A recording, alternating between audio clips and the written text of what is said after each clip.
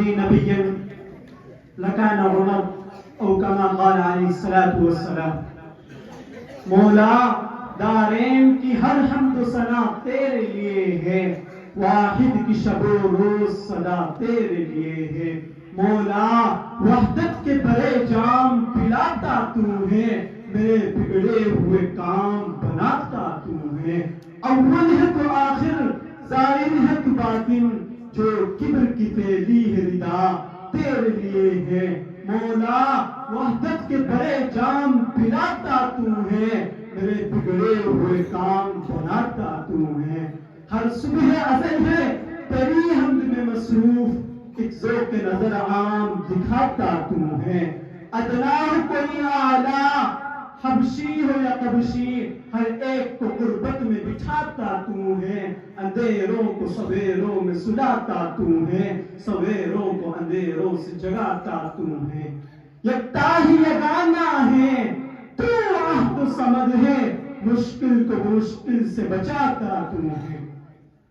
ملت اسلامیہ کے نوجوانوں، فاروق اعظم سیدنا عمر بن خطاب رضی اللہ عنہ، عظمت اسلام کے ستون، آپ کی خلافت اسلامی فتوحات و ترقیات کا نشان تھی. حضرت عمر کا اسلام لانا اور مکہ سے ہجرت کرنا اور عہدہ خلافت پر متمکن ہونا مسلمانوں کے لیے خیر و فلاح کا ضامن تھا.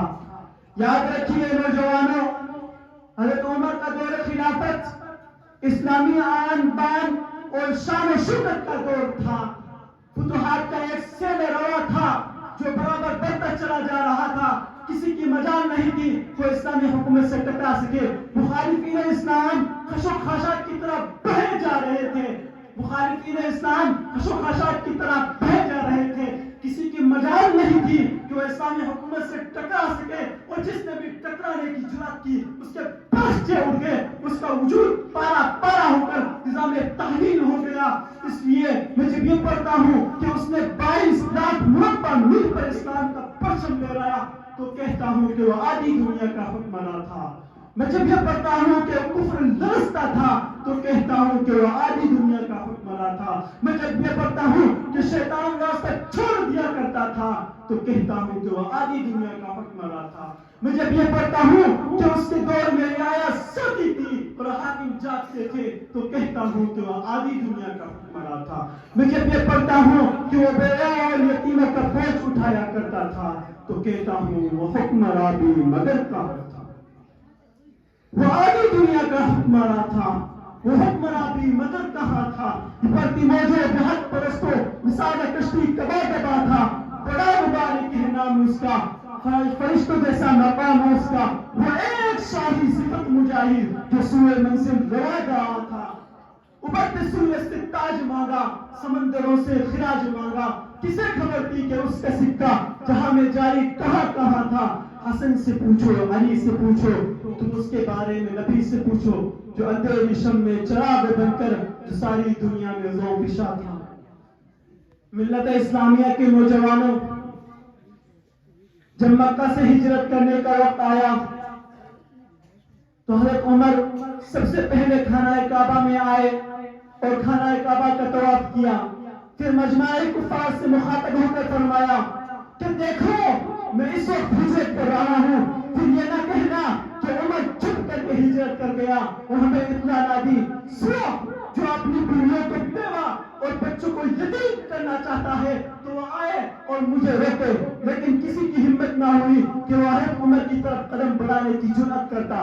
تو مجھے کہنے دیجئے، جو در کعبے کا کھلوائے اسے فاروق کہتے ہیں، جو در کعبے کا کھلوائے اسے فاروق کہتے ہیں، جو رب کا دین منوائے اسے فاروق کہتے ہیں. جسے مانگا خدا سے وہ آئے نبی کی لاج رکھی. پھر مرد قلندر نے جو دریا خشک چلوائے اسے فاروق کہتے ہیں. تبھی ہجرت کو نکلا اور للکارا پچائی کو، جہل لہب اور بدبخت نائی کو. کیا کہا حلالی ہے تو روکو آج عمر کی سواری کو. کمر باندھ کر نکلا ہوں بتلا دو ہر بھکاری کو. جو قوم کے چھکے چھڑوائے اسے فاروق کہتے ہیں. جو رب کا دین منوائے اسے فاروق کہتے ہیں. کون عمر؟ کون فاروق؟ آقا عمر، راہبر عمر، مرشد عمر، اعلیٰ عمر، بالا عمر، اولا عمر، برتر عمر، ذات نبی پاک پر سودا سے شیدا عمر، ایمان میں ایقان میں احسان میں یکتا عمر.